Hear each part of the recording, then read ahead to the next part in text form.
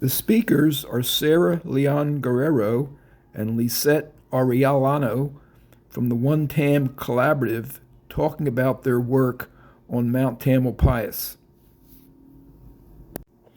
The talks were given on May 12, 2022 at the California Alpine Club Lodge on Mt.Tamalpais.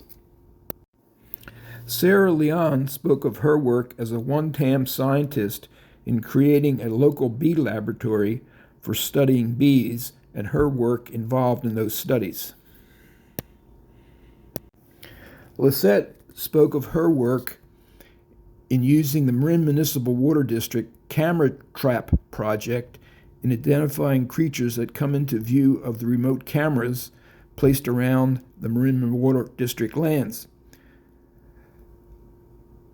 Species like the long-tailed weasel and spotted skunk have been seen in the remote photos. Both of these studies are foundational in documenting the effects of climate change. There is a worldwide effort going on now to inventory the natural world to determine the effects of climate change.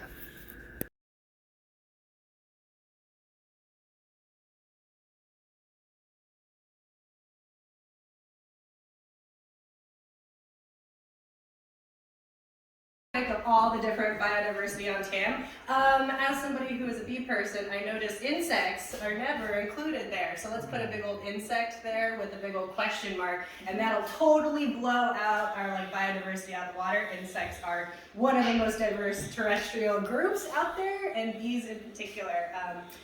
That's my specialty. We have 1,600 species of bees in California alone, which is more than that whole 1,200 plant and mammal species. So, that big old question mark there, I just want to put that there. So, can I have you record, please, Sue?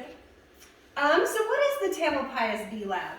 So there's a reoccurring theme among our work, which is there was a huge data knowledge gap around insects as a whole on the mountain. Extremely difficult to tell apart and difficult to find. A lot of things we're looking at are like this big, the size of a grain of rice. That actual last photo we saw was a Oglocoropsis that is a Asclepias flower. So it's a very tiny bee, very difficult to see.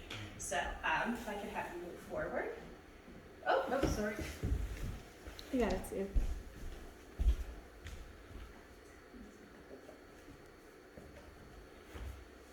Great. So how does it work? As I mentioned, bees are, they present a lot of challenges, just like mammals. They fly around, they're very small, they're difficult to identify on the wing as well. That information, most things have a name and that's it. So we really get species diversity and a sense of abundance. We can start evaluating risk to pollinators and particularly their relationship to plants that are really interesting. Developing distribution maps and really examining relationships of habitat to land management. And as always, unexpected results. Really amazing work that started everything in 2017, looking at marine water and state parks land, looking at different habitat types and management practices, particularly with forest health and the impacts they might be having on bees. And so this is really interesting because, particularly right now we're thinking about forest health and climate change, forest health and fires. And unfortunately, we found a lot of the practices that are really great for, maybe that type of land management aren't great for bees. So this is kind of this complicated interplay. But part of the problem is up until 2017, there was no formalized inventory of bees on the landscape. So we don't actually know how things might have changed. So this is where we're kind of starting from behind. If you don't have that through line of historical data to present day data, you're kind of sitting there going I can't tell you why this is happening or what the causes are. So it's really important to do this work now and engage folks in it so that, in the future, 100 years from now, folks will be like, I'm so glad that Mt.Tam Collaborative made these collections. The study also looked at the historical records within Marin. There had been no formalized study, but there had been groups that had been doing this work. I know Paul De Silva's class has done some regular studies out of Point Reyes. There's been some some NPS work, some specific studies looking at maybe specific species, but nothing formally standardized. But in Marin, in the historical record, there were about 242 species of bees, and that spanned over 38 different genera. So individual species versus groups of bees. 2017 compared to that historical record. And understanding that the 2017 study was a lot more rigorous and standardized than any of that previous record. So we found that there were 106 of those 242 historical records we picked up in our survey. So, not too bad, but we're probably still missing some, and we didn't actually have a representation of all the lands and habitat types as well. And we found that we've got nearly all of the historical genera, but, we probably could get up to 38 with these latest round of studies. So this is kind of that comparison that we're going with. And then, the fun part, the seeing of the bees part.